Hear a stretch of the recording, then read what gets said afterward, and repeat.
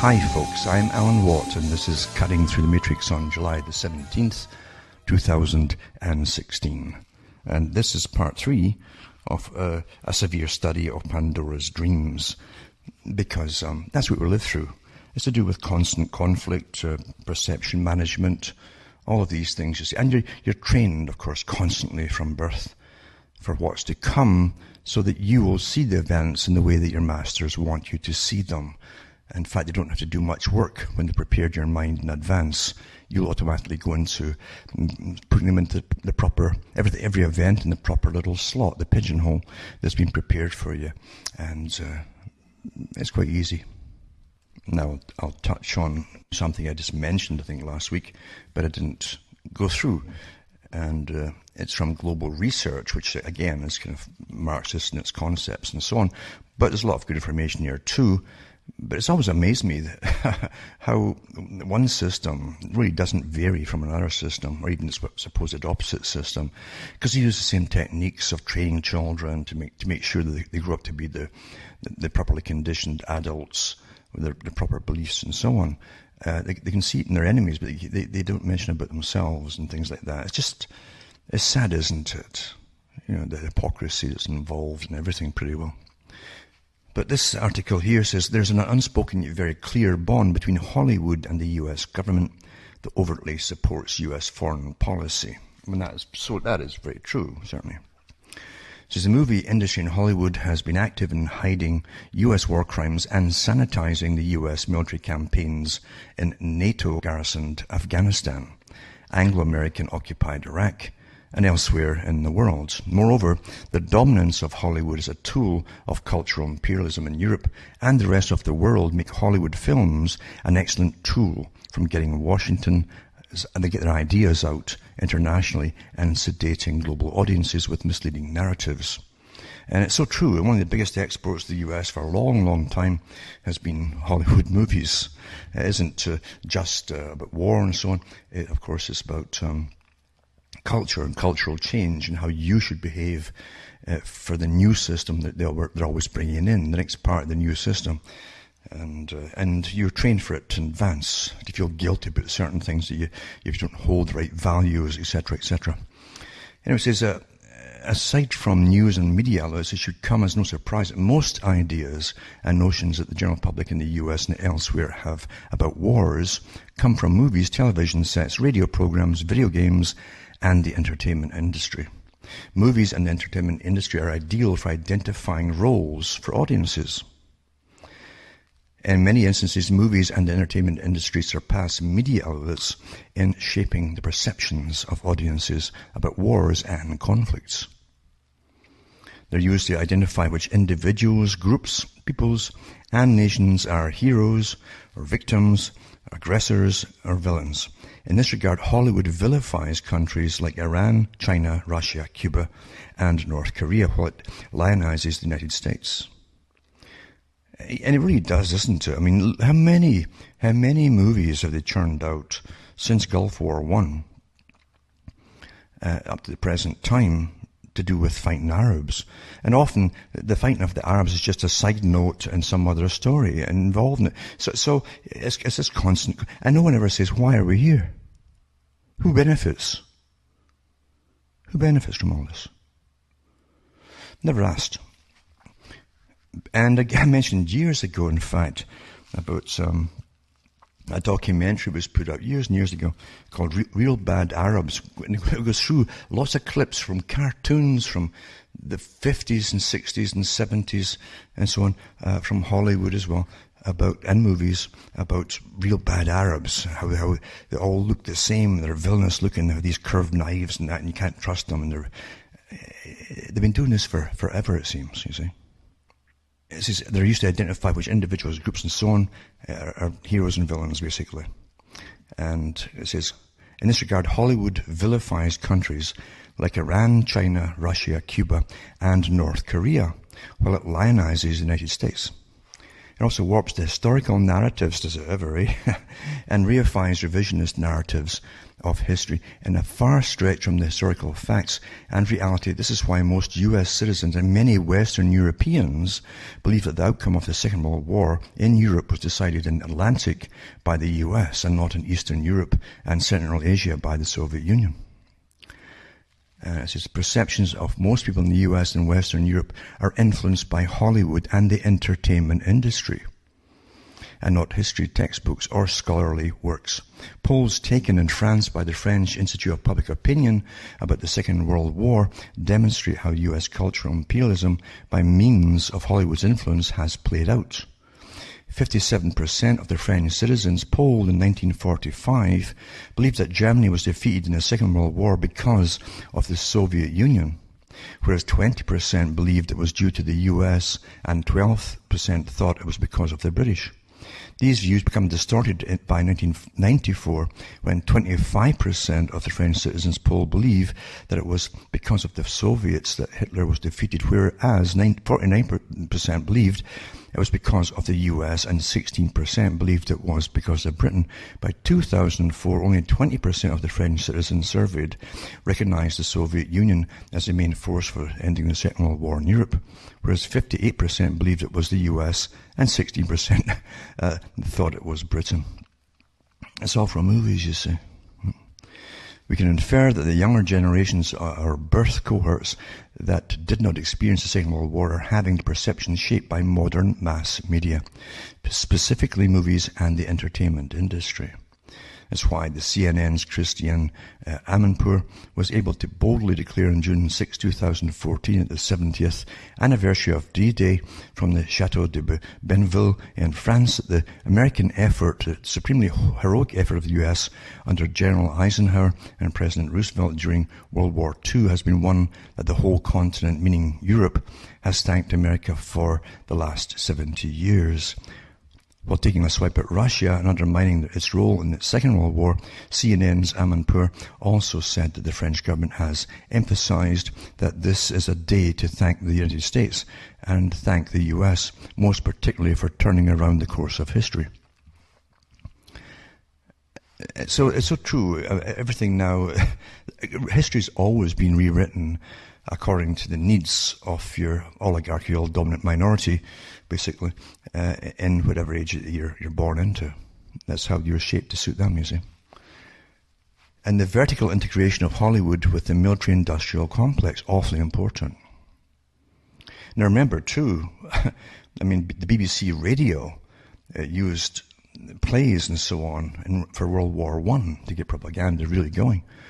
You'll always find that whatever means of mass communication, from the basic newspaper and even to class distinction, creeping into that too, with here's a working man's tabloid, here's a big business massive paper, etc. for the businessman. It's all covered. There's even ones for bureaucrats to keep them in their little box as well, in magazines and so on. I've given talks about this years ago, and they're up there somewhere in archives at cuttingthroughthematrix.com. But anyway, it says here that the recognized establishment of ties between Hollywood and the US government began with production of the silent war movie Wings in 1927. The silent movie was about the First World War and relied heavily on the US Army Air Corps, which is the aerial wing of the US Army. Ever since the making of Wings in 1927, there's been a close partnership between the Pentagon and Hollywood that has expanded and blossomed to include other government bodies and agencies, including members of the 16-member U.S. intelligence community, such as the Central Intelligence Agency. This has led to the vertical integration of Hollywood and the entertainment industry into the military-industrial complex, which has, in essence, reduced Hollywood movies to tools of cultural imperialism and camouflaged US propaganda. And there's not a lot of people even ask if it's actually US propaganda. I mean, there's a lot of parties interested in how you think and how you can be trained to think. A lot of parties in the world.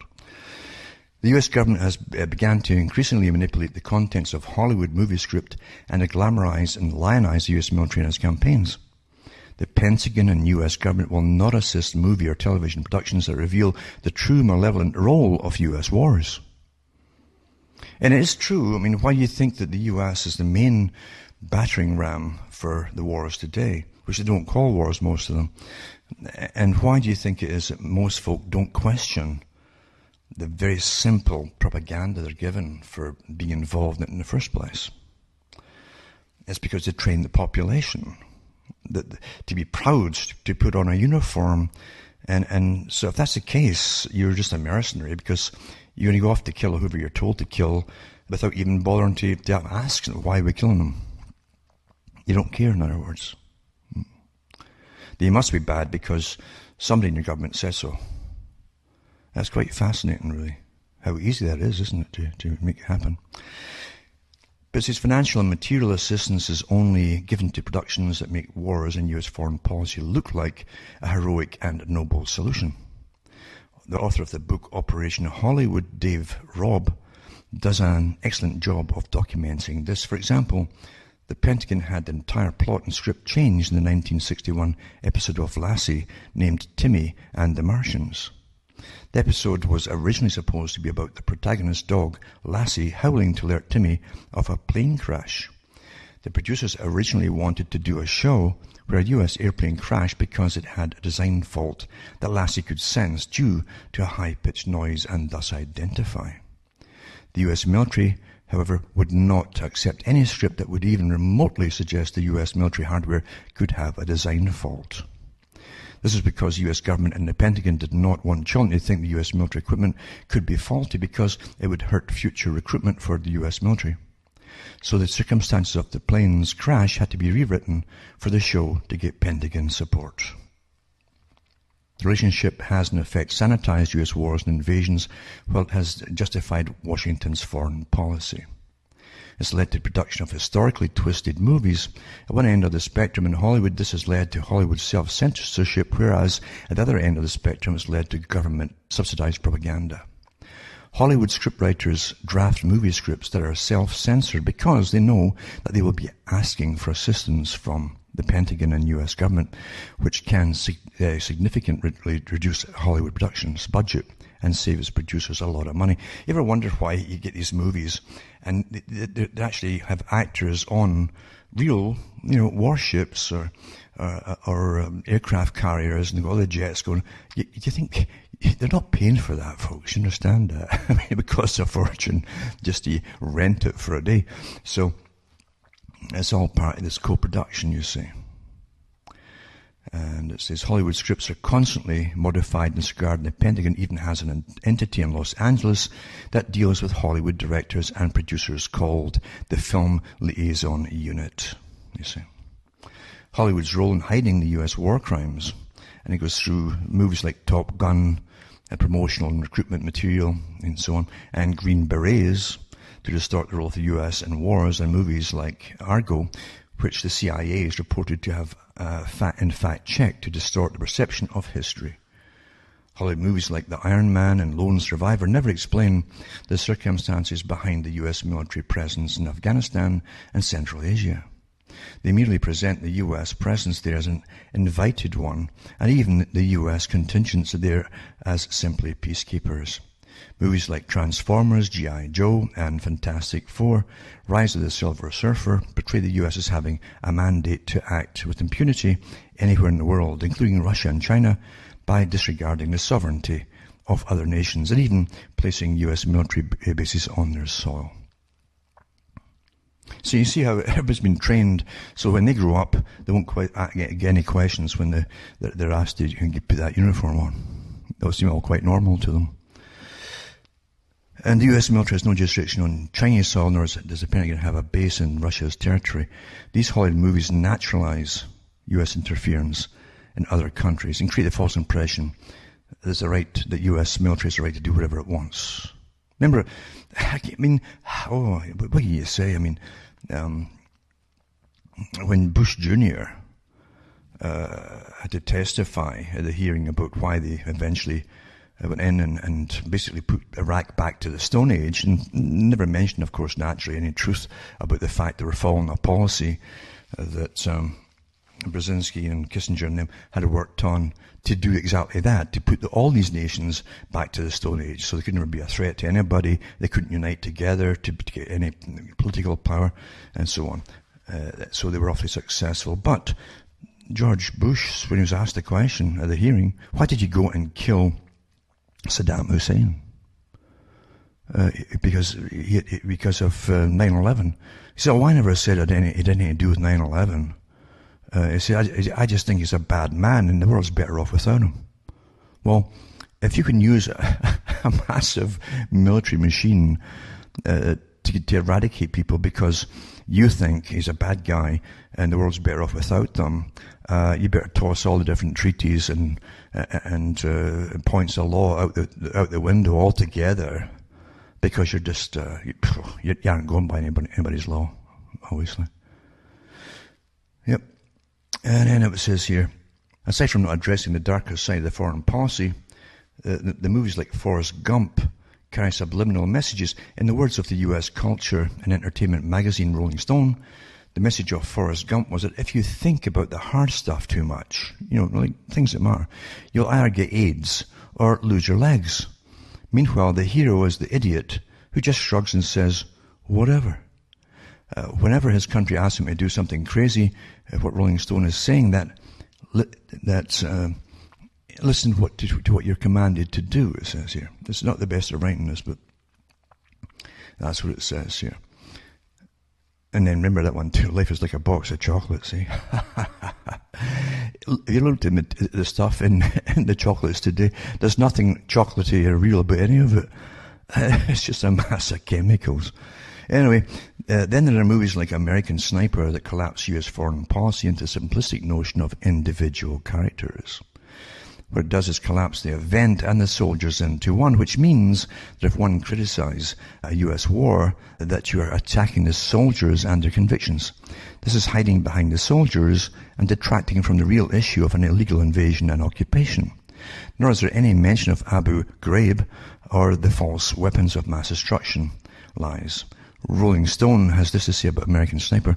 Sniper is a movie whose politics are so ludicrous and idiotic that under normal circumstances it would be beneath criticism.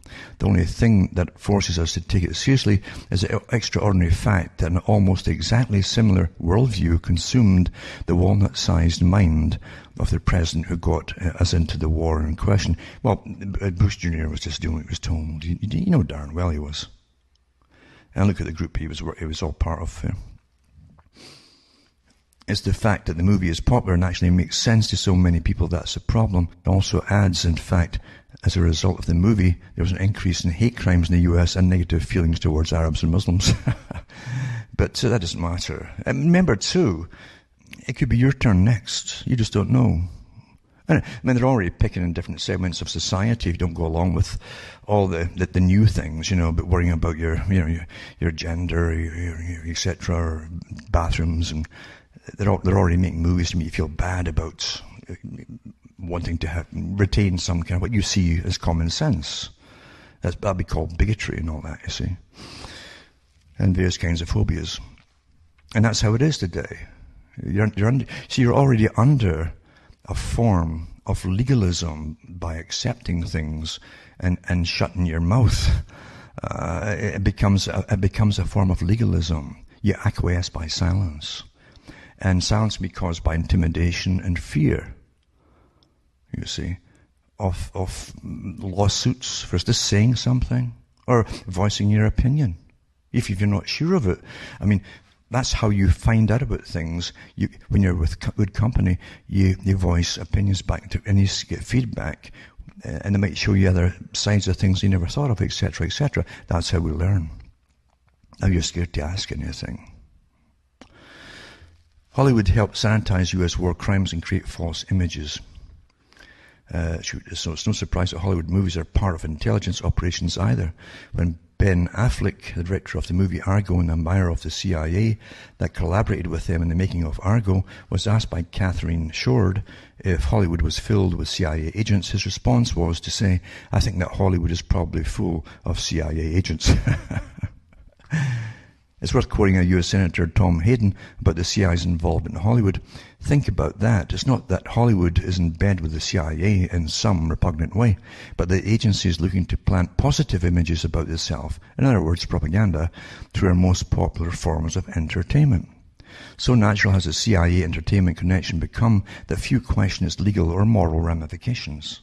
This is a government agency like no other. The truth of its operations is not subject to public examination. When the CIA's hidden persuaders influence a Hollywood movie, it's using a popular medium to spin a favourable image of itself as far as possible, or at least prevent an unfavourable one from taking hold. If incestuous enough, Jenkins argues, these relationships violate the spirit or letter of government laws.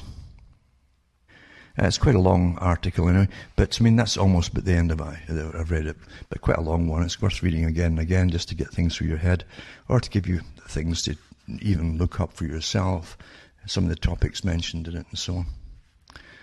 I mean I'm lucky. I haven't watched TV for many years, and I have seen people who do watch TV, and it's very obvious they adapt and adopt various cultural changes that are broadcast into their heads. Now, I'll also put up an article on George Soros and how he's been involved with, under the guise of philanthropy, the European refugee crisis and so on, and helping it get going in the first place. But it gives a little bit of his history as he helps manipulate the world's stock markets, and his pals that help chip in with them, and they all make fortunes, along with from your bad luck and from your bad advice and all the rest of it, and under your bad governments, he always makes a massive fortune. But he sinks countries as well. It's an old technique. Economic warfare is very, very, very efficient indeed. But it tells you here that some of the deals he's made and how he made fortunes too off of them by sinking countries and so on. And his big, supposedly, philanthropic organisation is called the Open Society Foundations. Now, the big gang that runs foundations, I've done so much history on them before. They bypass governments. In fact, they put a lot of governments in power. This private organisation, these philanthropists, they just want to help themselves. But they really have so much power today, the Gates and all the rest of them too, working with the established ones that have been on the go for an awful long time, that again want world government, and have been working towards it with the Trilateral Commission, etc. As long as they are the ones at the top running everything and behind the scenes. And it's all been working awfully well. So it says, since the 1980s, Soros has actively been pursuing a globalist agenda, and he advances the agenda through the Open Society Foundations. Then goes into the globalist agenda, where does it come from, and so on, a little bit about his history, and then his venture into finance and so on, and how he helped sink certain countries eventually, and how much money, I think $1 billion he profited from in 2007 for the coming crash of America. It's awfully good, when you and your cronies can manipulate everything to happen, when you're in on the very pinnacle of crime at the top, I'll put that up tonight too. And then I'll put up this one, German public say of Wiedersehen to a refugees welcome. A new study has revealed that German attitudes towards mass migration have dramatically shifted, and that the era of refugees welcome may be coming to an end. It says terror attacks in Paris and Brussels and a migrant crime epidemic, which included the mass sexual assault of young women on New Year's Eve in Cologne and across Germany, have changed German attitudes drastically, according to the findings of a socio-psychological study. And it goes through some of that too, in percentages and statistics and all the usual stuff. But I think if there's anything really happening there, it's because some of the top feminists, if you want to call them that, leaders in Germany, really said it's the greatest thing that ever happened to get rid of the German males and replace them.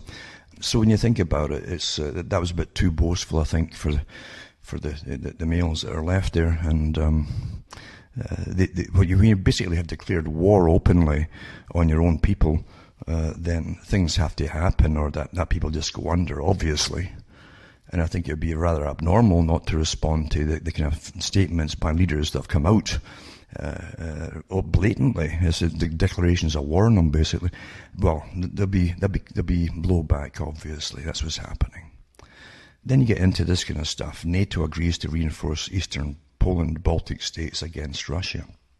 Now, before I touch this, actually, I should really stay on that last bit about Germany and all that, because we've got this thing going on, supposedly, with France, and there are so many people, and there are people out there who won't believe anything at all that will happen or is claimed to have happened to do with terrorism, because there's so many things never seem right. I mean, one of the biggest complaints about this thing with France is that this big lorry, the big heavy lorry, that was said to have been driven through crowds at that fireworks festival on the Bastille Day and all that.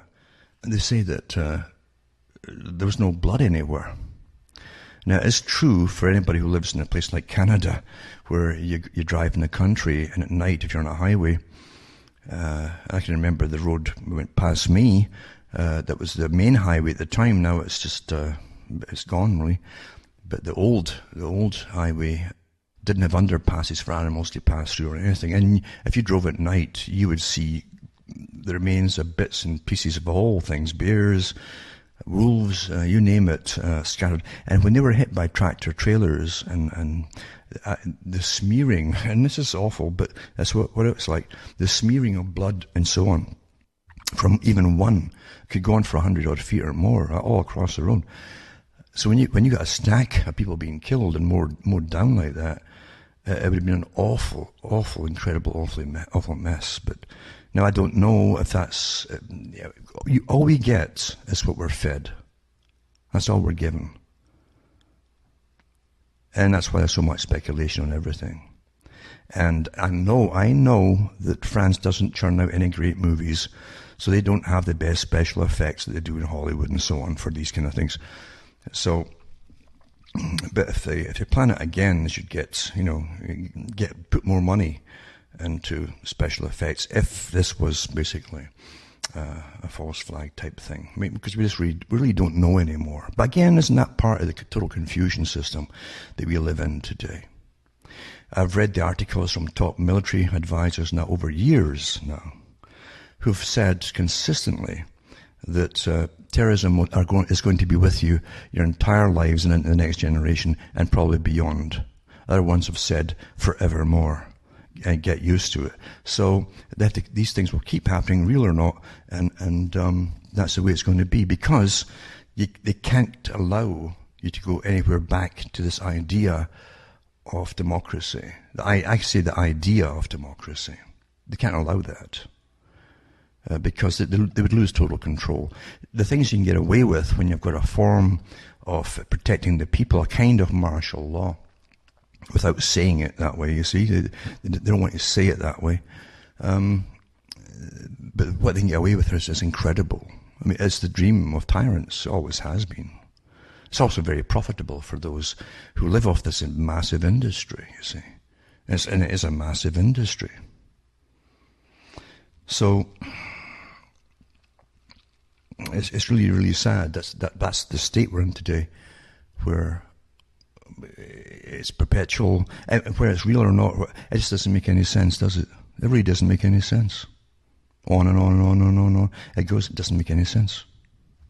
But then again, as I say, I have this desired effect, because you can wrap the event into a next movie, you see, and then tie in with more obscure things into the same movie, and it'll be real in the minds of those who in 2 or 3 years will be joining up into the military. Now it says here, NATO agrees to reinforce eastern Poland and the Baltic states against Russia. So, it's nothing changes, Just resurrect the bear when there's no other enemies, or people are getting fed up with the newer wars in the Middle East and so on. Just resurrect the Russian bear and so on.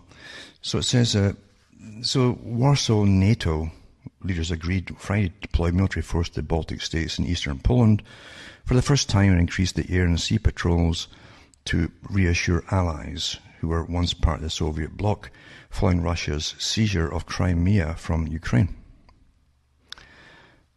And it's interesting, too, how it's worded, if you understand it, because the Warsaw Pact, if everybody remembers that, it's how it forms in your mind.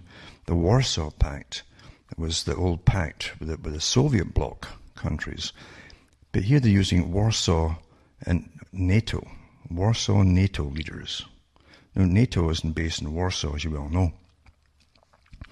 But again, rather than to say NATO leaders met in Warsaw on Friday. You see, it's to give you that feeling of a block again. You think of Soviet. Immediately, your mind goes back to the Cold War. You see, Warsaw bloc. Anyway, they're talking here about the West, in other words, is going to deploy military forces to the Baltic states and eastern Poland for the first time and increase air and sea patrols to reassure allies who were once part of the Soviet bloc following Russia's seizure of Crimea from Ukraine. The 28-nation Western Defence Alliance decided to move 4 battalions totaling 3,000 to 4,000 troops into northeastern Europe on a rotating basis to display its readiness to defend eastern members against any Russian aggression. Anyway, they go on and on and say these battalions will be robust and they will be multinational. That makes it okay then. You see, they're multinational, they're PC. You see, what does robust mean? They'll be robust. They make any small force like that is meant to be used if they get wiped out as a sacrifice to get a war started. That's what you use small forces like that, a presence they call it. It says they make clear that an attack on one ally would be considered an attack on the whole alliance. So here you go again with these involvements with treaties and alliances and so on. NATO Secretary General Jens Stoltenberg told a news conference after the summit's first working session in Warsaw, the Polish capital. President Barack Obama said the United States will deploy around 1,000 soldiers in Poland under the plan to enhance our forward presence in Central and Eastern Europe. And Germany will lead the battalion in Lithuania, Britain and Estonia, and Canada and Latvia. Other nations such as France will supply troops. It doesn't say where. Anyway, I'll put this article up tonight too. It goes on again. And it's the usual kind of thing, the saber rattling. But again, a lot of this is written to terrify the public. Remember, as I've said before, it's the reason for keeping you safe is first you've got to terrify the public and then keep them safe from this terror you've just invoked, real or imaginary, you see. And people will comply and go along with things and accept more things and they'll say save us and all the rest of it. And no one ever says, well, is this another big, long Cold War ploy type thing? Where a lot of, oligarchs and that, big corporations make a lot of money with the latest weaponry and everything they'll need in that area, yada yada, and missiles galore, etc., etc. And then you get the 1,001 models of the latest missile, anti-missile, and so on. And this rubbish, you see, that goes on forever as they soak the taxpayer. But it also has this thing of, see, we're multinational. This whole idea of coming out of Europe has got to be nipped in the bud. You see, this Brexit idea. So, all this is involved here, massive public relations exercises, and to terrify the public that, you got to stay together. You got to stay together, you see, or we've had it, and all that kind of stuff. You're always being manipulated. You don't realize it. There's so many ways to do it. But you're always being manipulated by your masters. And they're paid paid masterminds who work the brain, the brain of the public. They work it. They decide what they want you to believe and do and think. And they even put in a little, as I say, like little word associations. So you put a word in that was familiar from another era and make it refamiliarize with the idea of terror looming over you. And all those movies you saw with James Bond, going to Russia and things like that. Oh my God, you see. You're all prepped for it. You're all prepped. And also the Ukraine and NATO complementary allies against Russia. I'll put that one up too. And then this one here, Canadian-led battle group will deploy to Latvia as part of the NATO move to deter Russia. From what, I wonder? I mean, doesn't that just annoy people? I mean, if you're getting ganged up on big time, how do you react to it? Come on, in the playground or something. How do you react to that? Meanwhile, for years and years, the US has been putting, again, the latest missile, anti-missile, yada, yada. Big bucks for the guys that make it and the guys who are shares in it. But they've been putting them into all around Russia for years and years and years. Yeah. In fact, I think they started big time with Reagan, and then they've never stopped. That's a lot of missiles, and anti-missile missiles, and anti-missile missiles, etc., etc. Mark this, that, the other, or it's too slow, and we need another marked by tomorrow. And then it's obsolete within a week. Oh, we need another one. Oh, it's big business, eh? Big business. Ooh. There you go. And I'll put that up tonight too. And this one is just it's hilarious to me. The FBI recommends no charges against Hillary Clinton over emails. Well, were you really thinking that something was going to happen here? Who really believed that should be put in a charge? Who's been leading you up the garden path by the nose, eh? The Clintons were protected before they even became known to the public. They were protected by the CIA from the very beginning. Yeah. Bill, too, was picked as Rhodes Scholar for global governance, etc., and they're allowed to fill their own pockets, mightily so, on the way to it, you see. Yeah, they are. And the CIA covered his rear end on many occasions. That's why he emerged unscathed from all that. And Hillary's the same, you see. Yeah. And folk thought that she was going to get, who's giving you all this nonsensical drama? Hey, who is it? And you think you're learning? Really? You caught up in rubbish like that put out for you to get involved in? Oh, we're going to see justice in my lifetime. Oh, really? You go back to school. The school of life, for goodness sake. And I've given talks too in the past about marketers, public relation experts. In other words, professional liars. That's what public relations is all about. Covering the derriere of your master, whoever happens to be, who you're appointed to guard. And when they say something a bit too harsh and straightforward, you've got to obscure it, you see, and reiterate it again until no one understands what you're talking about. And that's the preferred way to give stuff to the general public. Make sure that nobody can understand the darn thing you're talking about by the time you're finished. And there's one link to a video I'm going to put up tonight as well, about an emergency meeting in Russia, and how Kerry, the State Department, is over there talking to Putin, and then they flash back to the US, and spokesmen there, the PR agents, deny it all initially, and then go back and forth denying it, agreeing with it and denying it. And so, I mean, how can grown adults behave like this? And yet we're fed it from the day we're born, this tripe on television. Doesn't matter what country you're in.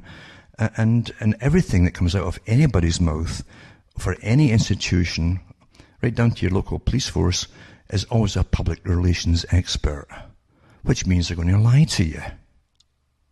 So why would you ever expect the truth? That's what astonishes me. I've never figured that out. Why? I mean, they say hope springs eternal. Is that what it is? One day, I'll wake up and people who are in charge of everything will tell me the truth. And be awfully nice. Thank you. I mean, do you really believe that's going to happen? I don't think there's ever been honesty when it comes to power and ruling nations, or even tribes for that matter. Well, tribes get more chance of getting honesty if it's a small enough tribe. And once you start hereditary chieftains, forget it, because they can then use an army and keep you in your place, basically, and keep themselves in that place too, and their descendants. You know, especially if they create a money system, they can hire the goons that form the army to protect the king and all his relatives from all of you that are getting taxed into the dirt. So, you know, there's never been really truth told about anything. It really hasn't. You know. And it never will be. I mean, whole careers, imagine getting trained for a career in professional lying to the general public. You know, quite something, eh? Adults doing this. Every child that's born and comes into the world, and the parents start off, now tell the truth, Johnny, tell the truth, you know. You're lying? You're like, no, I'm not. Oh, you are. Tell the truth now. And here's degrees given to people who are trained as professional liars, who lie to the folk who supposedly are the government, especially in the US. This is the biggest thing for me. I mean, the US, they believe that they are the government. That what a schizophrenic attitude to have, right? That the people are the government, and they have the right to get rid of that particular government if you see a deviation in those who are elected to govern. You see. But remember, the people who are elected to govern still only can act within what the people supposedly who are the government want. But you never see that, do you? The schizophrenic thing is, yeah, they've all got rights, you see, and they are the government. But every newspaper article never mentioned, there's none of them mention the fact that they are the government people. And that the representatives are there, wherever they happen to be. They're not leaders. They're elected representatives to represent the people, you see, who are the government. The people are the government.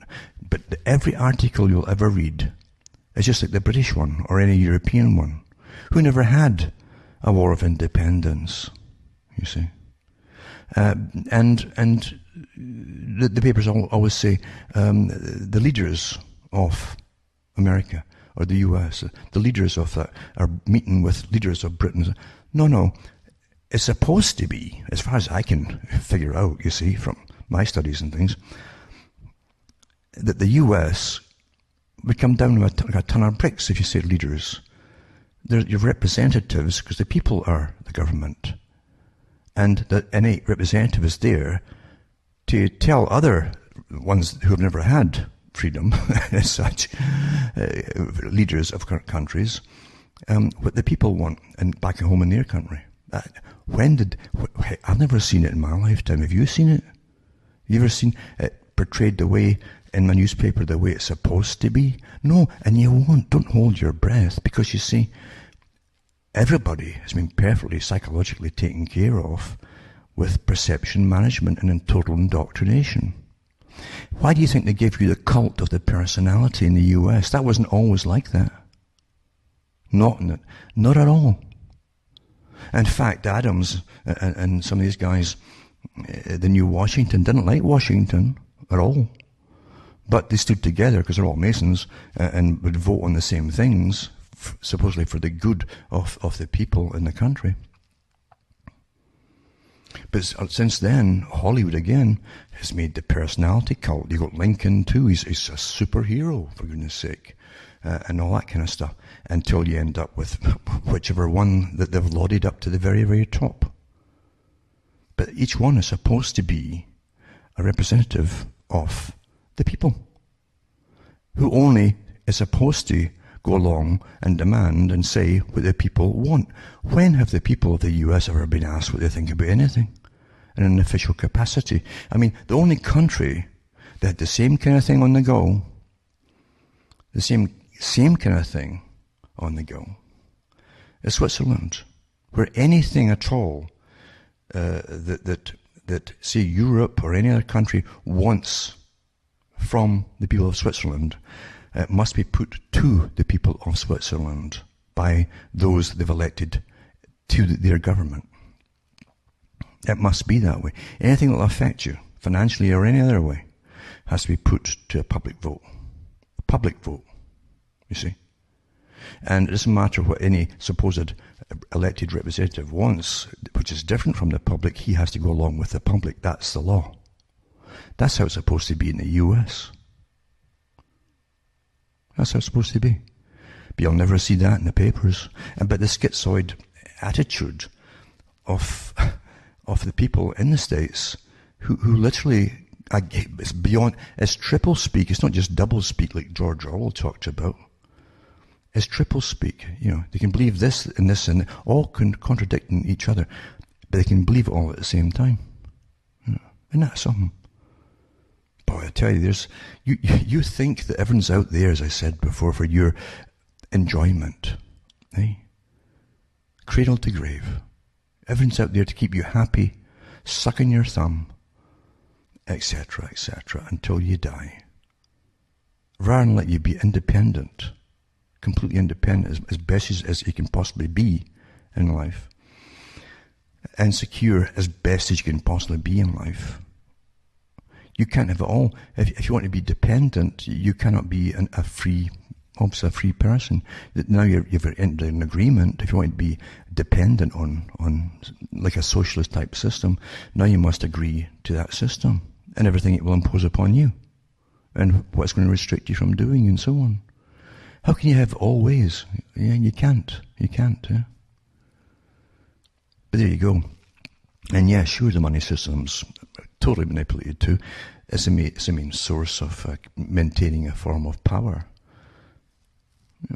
Now, all these characters who do, the professional liars who go to university, they're paid well, awfully well. Everyone's down to money.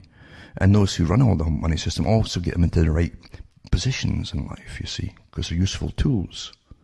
Well-paid, useful tools. And that's a sad comment too, isn't it? Awfully sad that from time immemorial, it's sad there's always a segment that'll they'll basically poop in everybody, folks, to get ahead themselves, to get on in life. Every nation has them. And these are the simple ones are the bought henchmen to protect the guys at the top, regardless of what kind of era it is or the system it is, or they protect them. They'll do the dirty jobs. They'll torture and slaughter and so on, and terrify the public into compliance, all that kind of stuff. In every era, all the way up to the ones who are awfully good, again, the trained ones who are awfully good and persuasive to the public, and different categories of them too, you see, bought and paid for, and they're given, the doors are opened for them. If they've been well and truly tested, the doors open to them to get into the right clubs and everything else, where they're well taken care of, and they're given lots of prestige, and they have extra privileges which the general public don't have, you see. The system is pretty well total. It really is. And the money boys literally can make anything happen, since it's all a con game in the first place, and a numbers racket, isn't it? It really is. But when you think of beware of foreign entanglements, things like that, and then you have to go to wars because you've signed a treaty, maybe years and years ago, with some little country somewhere, and you must, never mind the cost in lives that you're going to dispense with, and all the profits to be made from wars, incredible profits. But that's what we live in, isn't it? This double think and triple think, and Totally conditioned, you see. And as I say, I mean, you're going to get involved in lots of slaughter and that, because, and never mind the debt, so that generations after you will never be the same either. They're in debt, they're slaves. Because someone signed something somewhere. Really, eh? Isn't that madness? Especially when you're dealing with people within all countries, it's often international groups, you see, who are scattered through all these countries, but they're still like a club themselves, who also want war for a different reason that you'll never even find out most of the time. So, really, you should be awfully careful when people who are supposed to represent you, even though they never asked you, is it okay if we go over there and sign this treaty, do these kind of things and sign you down to absolute conflict. And you'll never even get the reasons why they start. You'll never get the truth there either, you see. Never. That's unfortunately the world we live in, isn't it? Isn't it really sad? Isn't it awfully sad, that? But that's the way it is. The hardest thing you find, and always will be, is truth. And you'll never find an honest politician, for goodness sake. Eh? In fact, you'll never find, again, anything coming out of any government department through public relations experts, because they are professional liars. That's what they do. Ah, dear, eh? Yeah. And yet, we'll go off and fight wars and that, because we live in a free system. There you are. I think we live in an insane asylum. I think that's what we live in, to be honest with you. And very few folk can figure it out. That's where you are. Well, really, that's about it. I hope the weather breaks again, because they're calling for more and more thunderstorms. And I had one decent day yesterday, just one day, and actually the sky was blue. Blue. Do you remember that? And it was blue, eh? And there was no trails anywhere to be seen. For a change. We're so used to them that we kind of miss them. We think they're normal. It can make you afraid, eh? Where's the trails? Oh my God, there's something wrong. Did they run out of financing to get us sprayed today? What happened? Isn't that the way of it, eh? And you think what they're telling you in the papers is all real stuff, when you can't even get a normal sky. And then they'll tell you, if you notice it's all sprayed, well, you see, that's big CO2 streaks there that are man-made by you guilty people. You're going to pay for that, they'll say. Yep. Everyone's been thought of. Yep. And very shortly they'll say blue sky. The guy said blue sky. There's a blue sky. Oh, that, and then they'll teach the children that's a colour of pollution. When the sky is really, really blue like that, that's pollution that causes that. Your pollution. You're going to pay for that too. That's what we live in, folks. That's what we live in. Quite something, eh? I've got to get books printed. I've been loathing to get into town and stuff like that, because half the time I wasn't fit enough and well enough to do it. But I'm going to try to do it shortly. Plus, there was a threat of the post office going on strike. Well, it wasn't a strike, sorry. They're having negotiations. They got a lockout sort of thing. But they're back to negotiating again too. So things are kind of up in the air. But I'm going to definitely try again and get all this stuff and get it printed. Anything that's way behind, I'll get them sent out when I can. Thanks very much. And from Hamish myself from Ontario, Canada, it's good night, and may your God or your gods go with you.